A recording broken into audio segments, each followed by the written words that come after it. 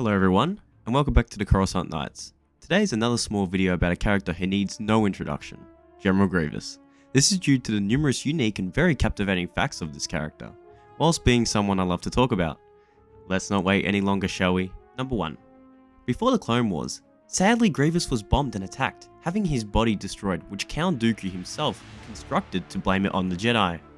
This then led to his cybernetic reconstruction, sparking his hate for the Jedi during the movies and the shows, thinking that they were the ones who made him into who he is today.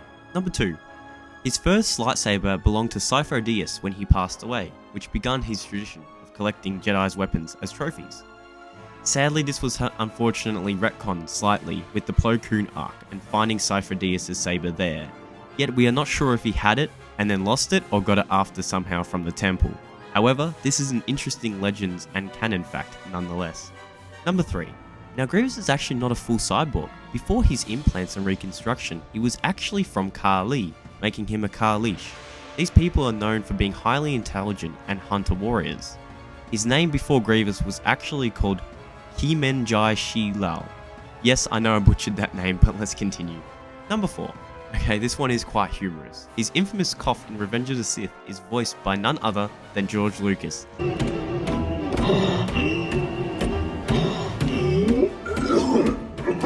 After catching a horrid sounding cold during the filming. A small under the radar fact which makes hearing him cough that more funny. Number 5. Speaking of his cough, he had his breathing canal damaged by Mace Windu, our purple lightsaber friend, which occurred in Revenge of the Sith novel and the 2003 Clone Wars animation. This is interesting, yet something I think about when watching him is there is no way to fix this issue. I know it's his organs, but surely there's some other way to help fix that. Number 6. There are weird inconsistencies with his fingers. Yes, that's true. In various TV shows and other formats like films featuring Grievous, they gave him a different number of fingers each time. This is a strange fact that makes me go back and see what interpretations they have with his fingers, and it makes you wonder what the true number of his fingers is, and why they chose to change it up every single time. Number 7. His design was actually inspired and based on the famous sculpture Rock Drill, made in 1913. This sculpture was a symbol of celebration of the advancement of machinery and masculine power. This demonstrates the clearly idea that they had going with Grievous and centered his design and motives of being a separatist leader, perfectly balanced with this sculpture. Number 8. He was a freedom fighter. Yep, you heard me correctly. However, this was in Legends, we believe. The creature in A New Hope that looks like the mantis species is a Yumri, and the Kalish call them Hux, which are actually the people who enslaved Grievous' species. It is a small cameo in A New Hope within the bar, but one with lots of history. Number 9. Grievous chooses his vehicles that boost his ego and evilness that were rooted in vanity and those which had great history in order to strike fear into his enemies and lead his troops with history. We see 2 vehicles in Revenge of the Sith movie that further support this. Number 10. Grievous had a deep hatred for Darth Maul, as stated in the Jeremy Barlow and Juan Frigeti's Darth Maul, Son of Dathomir. Grievous and Maul actually face off. Grievous was taunting Maul during the fight, being ordered to kill Maul, yet he failed and Maul captured him, leaving Dooku to have to come rescue him, funnily enough.